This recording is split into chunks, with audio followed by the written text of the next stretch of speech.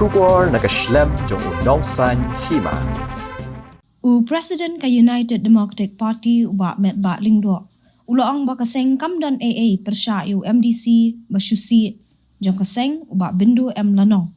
Mat kanyay biteng man burom yu urang ba ubala slam baha hakakam sain pertai.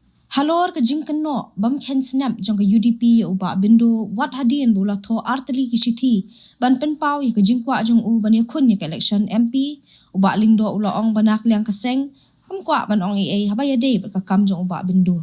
Uloong ba haduk menta kaseng ka penpau ya ka jing burom ya kum uwe ni kiri urang ba ubala don laslam hakakam sain pertai.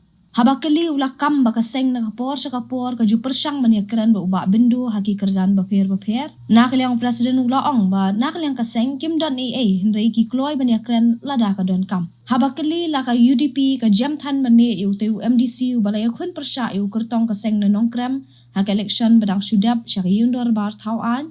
Presiden ulaong ba hakabayade ba kati kabenta ki don bun ba ki eki bahapan perkat sanibha. Hakaway pat kalyang halor ka jingdaj arjing kersyan juki arngot ki MDC kaseng katau ba lambor malniang ba uba bindu lanong ya ka isi hapo ka jingelam uba penyat sing sim kum UCM ka KHDC uba dingdo uloong ba dan jing tip AA halor katay bad UCUI hakila patay kubor shu ula benrap da ka baong ba kila IT ya kani syaki MDC jong kaseng bagi kemi minyak ya kani ka kam juki arngot ki MDC Memilih beri kalau kan beri mesti tahu. Kali kali aja kerjaan lo ke isi dalam kawan NPP hasil atau masuk district council. Tiga. Action review. Nampak isu ini haki media hak berdaya ber kata kajing aja kacan juki ini mesti memperjual alat begitu boleh kini.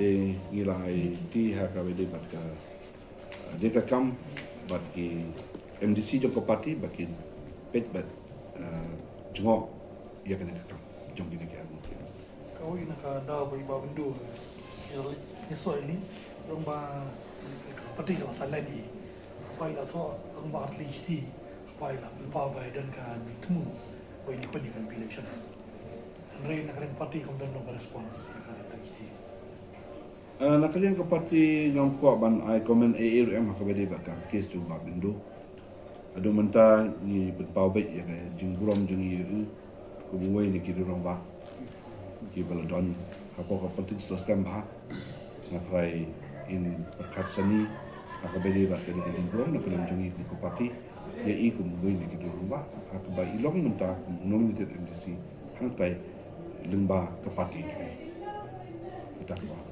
kai ga daw pa ka parti pat kamu reach out pa ini mah bila penpau yang kiti ikwa bani benbet no iki ba laya nak kalian jungi ni persyang nak kapor sekapor banyak kan let's say lada kumba pi pi ni mesti reach out ni reach out berobor ni nak kalian haki level ki ba but ni semua ban ong ba nak kalian kapati ni ban ni kloi ya ke ban don ya kan ko ji kan lada ka don kam ya ka bukum kata Betul bah parti galong soft pala ban shim gini disciplinary actions persya ba benda nomor election MLA wilayah kun persya portong ba field UDP dan nongkrong constituency.